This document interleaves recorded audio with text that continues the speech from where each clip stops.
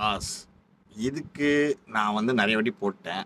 ஆனால் இப்போ ரசிகர்கள் இனிமேல் நான் உங்கள் சாய்ஸில் விட்டுறேன். நீங்கள் இவங்களுக்கெல்லாம் நீங்கள் ரிப்ளை பண்ணுங்கள்.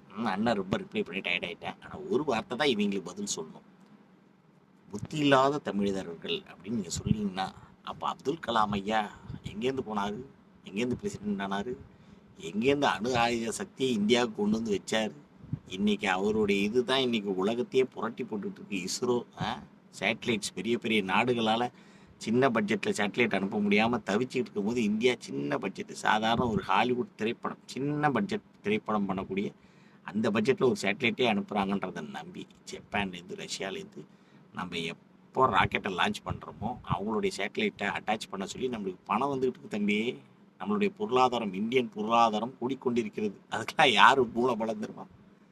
அப்துல் கலாம் ஐயா தமிழர் தமிழர் ராமேஸ்வரம் டிஸ்ட்ரிக்ட் அவர்.